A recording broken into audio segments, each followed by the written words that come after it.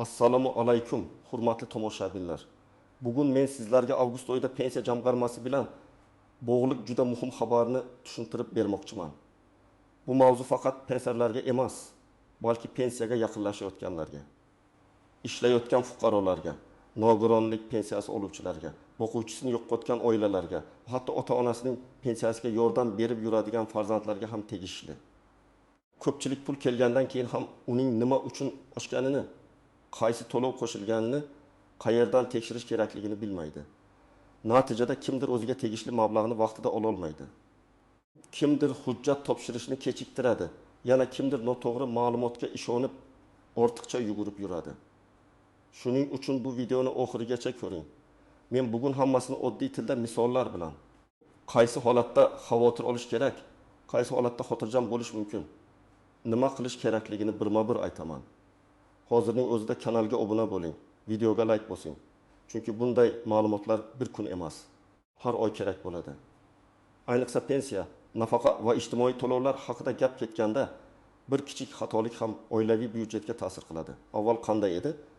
Oldin ko'p fuqarolar pensiya yoki nafaqa bo'yicha o'zgarish bo'lsa, buni faqat pul kelgandan keyin bilardi.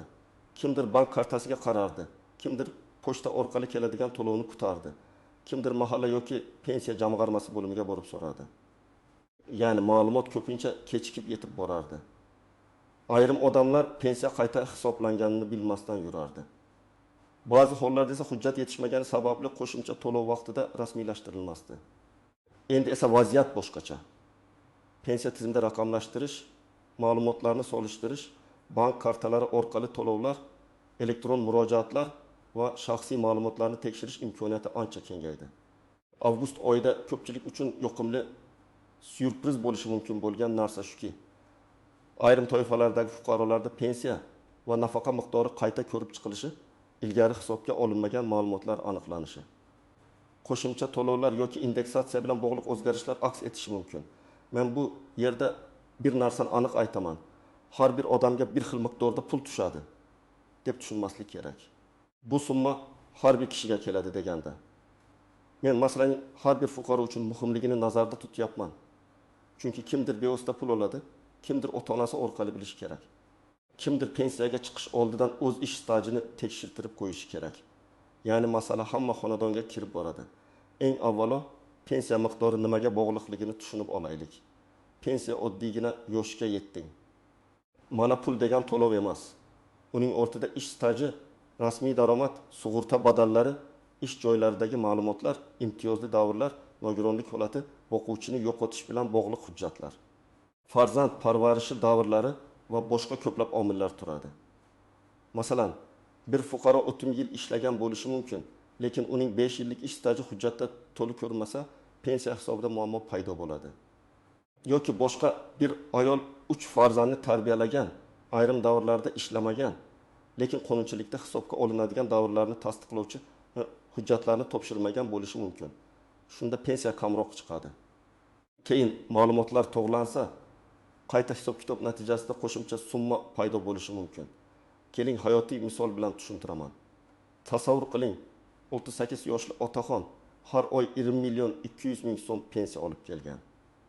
Keyin uning eski ish joyidagi arxiv ma'lumotlari topildi va yana 4 yil ish staji tasdiqlandi.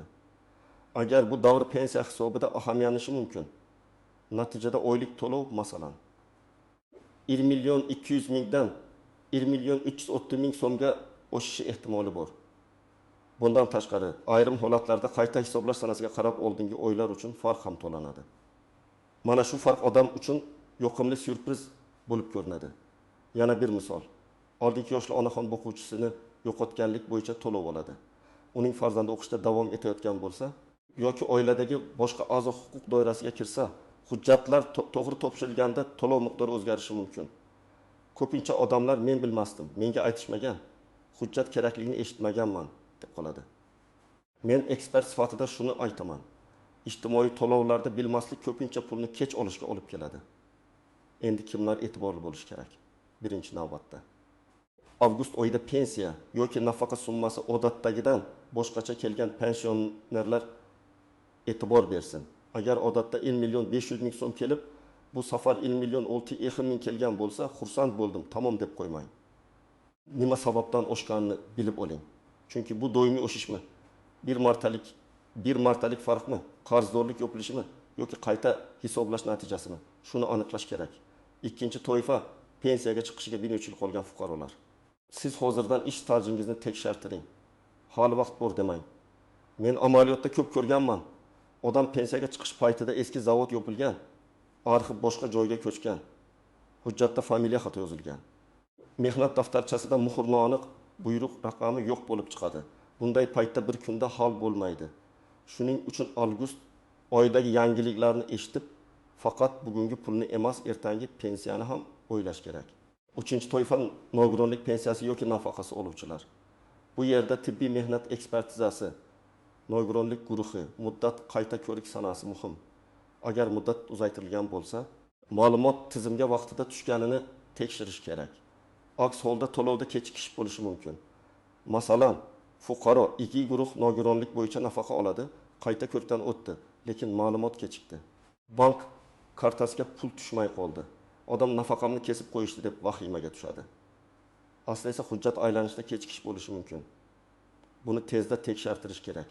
4-toifa chekka hududlarda yashaydigan. To'lovni pochta orqali oladigan fuqarolar. Bank kartasiga pul tushganda odam darhol ko'radi, lekin pochta orqali oluvchilar ba'zida bir necha kun kutadi. Agar qo'shimcha summa bo'lsa, uni qachon va qanday berilishini aniqlashtirish zarur. Ayniqsa keksalar pul kelmaganini aytib, farzandlariga qo'ng'iroq qiladi. Farzandlar esa aniq bilmagani uchun turli mish-mishlarga ishonib qoladi. Men tavsiya qilaman. Bunday holatda avval rasmiy manbadan tekshiring. Kimlar xavotir olmasligi kerak?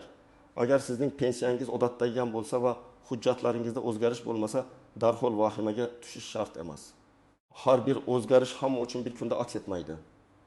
Ba'zi hisob-kitoblar toifaga qarab, hujjat holatiga qarab, bank yoki pochta tartibiga qarab amalga oshadi. Lekin xotirjamlik beparvolik degani emas. Har oy kamida bir marta summani tekshirish, tushum sababini bilish, SMS yoki bank ilovasidagi ma'lumotni saqlab qo'yish foydali. Endi eng muhim joyga keldik. Istisnolar, nozik nuqtalar va odamlar ko'p adashadigan holatlar. Birinchi xato, qo'shnimga oshibdi, menga ham oshishi kerak degan fikr. Pensiya individual hisoblanadi. Qo'shningiz bilan yoshingiz bir xil bo'lishi mumkin.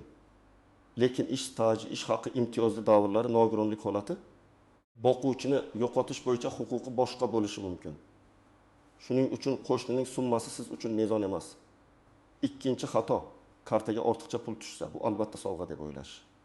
Ba'zida bu qayta hisoblash farqi bo'ladi. Ba'zida avvalgi oy uchun kechikkan to'lov bo'ladi. Ba'zida tizimda vaqtinchalik texnik ko'rinish bo'lishi mumkin. Agar tushum sababi noma'lum bo'lsa, uni aniqlashtiring. Men hech qachon odamlarga bilmasdan sarflab yuboring demayman. Chunki to'lovning huquqiy asosi bo'lishi kerak. Agar bu sizga tegishli bo'lsa, bemalol foydalanasiz. Agar xatolik bo'lsa, keyin qaytarish masalasi chiqishi mumkin. Uchinchi xato, hujjatdagi familiya, ism yoki tug'ilgan sana xatosini mayda narsa deb bilish. Masalan, mehnat daftarchasida Karimova o'rniga Karimov yozilgan bo'lsa yoki bitta harf farq qilsa, arxiv ma'lumotini tasdiqlashda muammo tug'ilishi mumkin. Ayniqsa eski hujjatlarda kiril va lotin yozuvidagi farqlar, pasport almashgandagi o'zgarishlar, nikohdan keyingi familiya almashishi juda muhim. Bitta harf sababli odam bir necha oy yugurib yurishi mumkin. 4-nozik jihat, norasmiy ish staji. Ko'pchilik men 20 yil ishlaganman deydi. Lekin pensiya hisobida faqat qonuniy tasdiqlangan davrlar muhim. Agar siz ustaxonada, do'konda, qurilishda yoki fermer xo'jaligida ishlagan bo'lsangiz, lekin rasmiy mehnat shartnomasi bo'lmasa, badallar to'lanmagan bo'lsa, bu davrni tasdiqlash qiyin bo'ladi. Shuning uchun hozir ishlayotganlar uchun ham bu mavzu muhim. Bugun rasmiy ishlash ertaga pensiya miqdoriga ta'sir qiladi. 5-jihat, nafaqa va pensiyani aralashtirib yubormaslik. Pensiya odatda ish staji va badallar bilan bog'liq bo'ladi. Nafaqa esa ayrim ijtimoiy holatlar, muhtojlik, nogironlik, yosh yoki boshqa mezonlar asosida tayinlanishi mumkin. To'lov nomi boshqacha bo'lsa, tartib ham boshqacha bo'ladi.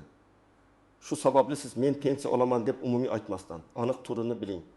Yoshga doir pensiyami, nogironlik pensiyasimi, o'quvchisini yo'qotganlik pensiyasimi, ijtimoiy nafaqami yoki boshqa to'lovmi? Oltinchi muhim nuqta bank kartasi muammolari. Ayrim hollarda pul tayinlangan bo'ladi. Lekin karta muddati tugagan, karta bloklangan. Bank rekvizitlari o'zgargan yoki SMS xabarnoma ulanmagan bo'ladi. Odam esa pensiya jamg'armasi bermadi deb o'ylaydi. Aslida masala bank tomonida bo'lishi mumkin. Shuning uchun karta faolmi, hisob raqam ishlayaptimi? Bank ilovasida tushum ko'rinyaptimi? Buni tekshirish kerak. 7-jihat boshqa viloyatga yoki tumanga ko'chish. Agar pensioner yashash joyini o'zgartirsa ro'yxat, to'lov manzili va hujjat yuritish masalalari to'g'ri rasmiylashtirilishi kerak. Aks holda to'lovda uzilish bo'lishi mumkin. Masalan, pensioner farzandinikiga ko'chib o'tdi, lekin hujjatlarni yangilamadi. Keyin to'lov kelishida savollar paydo bo'ladi. Bunday holatda oldindan pensiya jamg'armasi bo'limiga murojaat qilib, tartibni aniqlash zarur. 8-jihat ishonchnoma orqali pensiya olish. Ayrim keksalar yurishga qiynaladi. Pensiyasini farzandi yoki yaqin qarindoshi olib beradi. Bu qonuniy tartibda rasmiylashtirilgan bo'lishi kerak. Ishonchnoma muddati tugasa to'lovni olishda muammo chiqadi. Shuning uchun ishonchnoma bor bo'lsa, uning muddatini, kim nomiga berilganini, bank yoki pochta qabul qilayotganini tekshirib qo'ying. Endi nima qilish kerakligini aniq aytaman. Birinchi qadam, avgust oyida sizga kelgan summani tekshiring. Agar bank kartasiga tushsa, bank ilovasidan yoki SMS xabardan qarang. Tushum sanasi, miqdori izohini yozib qo'ying. Agar pochta orqali olsangiz, pochtachidan yoki tegishli bo'limdan to'lov varaqasi haqida so'rang. Ikkinchi qadam. Oldingi oylar bilan solishtiring. Masalan, may oyida 1 milyon 720 ming, iyunda 1 milyon 720 ming, iyulda 1 milyon 720 ming, avgustda 2 milyon 260 ming tushgan bo'lsa, demak farq bor. Bu farq nimadan paydo bo'lganini bilish kerak. Agar farq doimiy o'sish bo'lsa, keyingi oyda ham shunga yaqin summa keladi. Agar bir martalik qo'shimcha bo'lsa, keyingi oy eski miqdorga qaytishi mumkin. 3-qadam. Hujjatlaringizni tartibga keltiring. Asosiy hujjatlar odatda pasport yoki identifikatsiya kartasi, pensiya guvohnomasi yoki to'lovga oid ma'lumot, mehnat daftarchasi, arxiv ma'lumotnomalari. Nikoh yoki familiya o'zgarganini tasdiqlovchi hujjatlar, nogironlik bo'yicha ma'lumotlar, boquvchini yo'qotganlik holatida o'lim guvohnomasi va qarindoshlikni tasdiqlovchi hujjatlar bo'lishi mumkin. Har bir holatda ro'yxat farq qiladi. Shuning uchun avval o'zingizning to'lov turini aniqlang. 4-qadam. Pensiya jamg'armasining tuman yoki shahar bo'limiga murojaat qiling. Murojaatda aniq yozing. Avgust oyida pensiya miqdorim o'zgardi. Ushbu o'zgarishning sababini va qayta hisob-kitob asosini tushuntirib berishingizni so'rayman. Agar pensiya oshmagan bo'lsa, lekin siz staj yoki hujjat bo'yicha qo'shimcha asos bor deb hisoblasangiz, shunday yozing. Mehnat stajimga oid qo'shimcha hujjatlarim bor. Pensiyamni qayta hisoblash imkoniyatini ko'rib chiqishingizni so'rayman. 5-qadam. Murojaatni og'zaki gap bilan tugatmang. Albatta yozma yoki elektron iz qoldiring, chunki og'zaki so'rovda sizga tushuntirish berishlari mumkin, lekin keyin nimaga asoslanganini isbotlash qiyin bo'ladi. Elektron murojaat qilsangiz, murojaat raqamini saqlab qo'ying. Bo'limga borsangiz, ariza nusxasini yoki qabul qilinganini tasdiqlovchi belgini so'rang. 6-qadam. Arxiv masalasini oldindan hal qiling. Agar eski ish joyingiz yopilgan bo'lsa, shu tashkilot hujjatlari qaysi arxivga topshirilganini aniqlang. Korxona nomi o'zgargan bo'lsa, voris tashkilot bormi? Shuni tekshiring. Mehnat daftarchangizdagi yozuv noaniq bo'lsa, buyruqdan ko'chirma, ish haqi ma'lumotnomasi yoki boshqa tasdiqlovchi hujjatlar kerak bo'lishi mumkin. Bu ishlarni pensiyaga chiqish kuni emas, ancha oldin boshlash kerak. 7-qadam. Yaqinlaringizga yordam bering. Ko'p pensionerlar bank ilovasidan foydalana olmaydi. SMS'ni o'qimaydi. Hujjat nomlarini farqlamaydi. Agar ota-onangiz, buvinggiz, bobongiz pensiya olsa, ularning o'rniga tekshirib bering. Lekin pulni nazorat qilishda odob va qonuniylikni unutmang. Keksaning roziligisiz kartasidan foydalanish, parolini bilib olib pul yechish to'g'ri emas. Yordam degani shaffoflik va hurmat bilan bo'lishi kerak. 8-qadam. Mish-mishlarga ishonmang. Hamma odamga falon summa berilar ekan, bugun bormasang pul kuyib ketar ekan, faqat tanishi borlar olarkan degan gaplar ko'p tarqaladi. Men sizga aniq aytaman.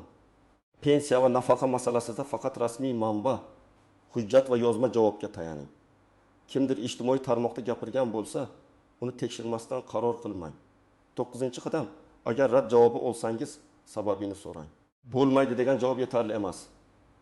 Nima uchun bo'lmaydi? Qaysi hujjat yetishmayapti? Qaysi davr hisobga olinmayapti? Qaysi qonuniy asosga ko'ra rad etildi? Mana shu savollarga javob oling. Agar haqiqatan ham huquqingiz bor deb hisoblasangiz, yuqori turuvchi tashkilotga yoki belgilangan tartibda murojaat qilish mumkin. 10-qadam. Har oy o'z pensiyangiz bo'yicha kichik daftar yoki telefon qaydi yuriting. Oy nomi, tushgan summa, sana izoh. Bu oddiy odat keyinchalik juda foyda beradi. Masalan, bir yil davomida qachon oshgan, qachon kamaygan, qachon kechikkanini ko'rasiz. Bahsli holatda esa qo'lingizda aniq raqamlar bo'ladi. Yana bir muhim maslahat. Agar siz hali yosh bo'lsangiz ham bu videoni e'tiborsiz qoldirmang. Pensiya masalasi 60 yoshdan keyin boshlanmaydi. U birinchi rasmiy ish kuningizdan boshlanadi. Bugun konvertda oylik olish, mehnat shartnomasi ishlash, soliq va badallarni chetlab o'tish ertaga pensiya miqdoriga ta'sir qiladi. Hozir 30 yoshda bo'lgan odam menga hali erta deydi. Lekin 25-30 yil ish hayoti tez o'tadi. Keyin esa har bir yil, har bir rasmiy yozuv, har bir ma'lumotnoma qadrli bo'lib qoladi. Demak, avgust oyida pensiya jamg'armasi bilan bog'liq yoqimli syurpriz kimlar uchundir pensiya miqdoridagi o'zgarish, kimlar uchundir qayta hisoblash, kimlar uchundir qo'shimcha to'lov, yana kimlar uchundir hujjatlarni tekshirtirib olish uchun muhim signal bo'lishi mumkin. Eng asosi, pul tushdimi yoki tushmadimi? Summa o'shdimi yoki o'zgarmadimi? Har bir fuqaro o'z huquqini bilishi kerak. Men sizlarga tavsiya qilaman. Bugunoq avgust oyidagi tushumni tekshiring. Oldingi oylar bilan solishtiring. Hujjatlaringizni ko'zdan kechiring. Kerak bo'lsa pensiya jamg'armasiga yozma murojaat qiling. Ota-onangiz yoki yaqinlaringiz pensioner bo'lsa, ularga ham yordam bering. Bitta tekshiruv ba'zan odamga har oy qo'shimcha daromad olib kelishi mumkin. Sizda avgust oyida pensiya yoki nafaqa summasi o'zgardimi? Qo'shimcha pul tushdimi yoki aksincha kechikish bo'ldimi? Izohlarda yozib qoldiring. Boshqalar ham sizning tajribangizdan foyda oladi. Videoga like bosing, kanalga obuna bo'ling va yaqinlaringizga ham yuboring. Chunki bu ma'lumot har bir oilaga kerak.